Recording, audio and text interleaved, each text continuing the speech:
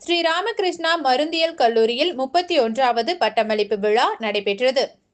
பட்டமளிப்பு விழா ஊர்வலத்தை முதல்வர் முனைவர் டி.கே. ரவி தலைமையேற்று நடத்தினார்.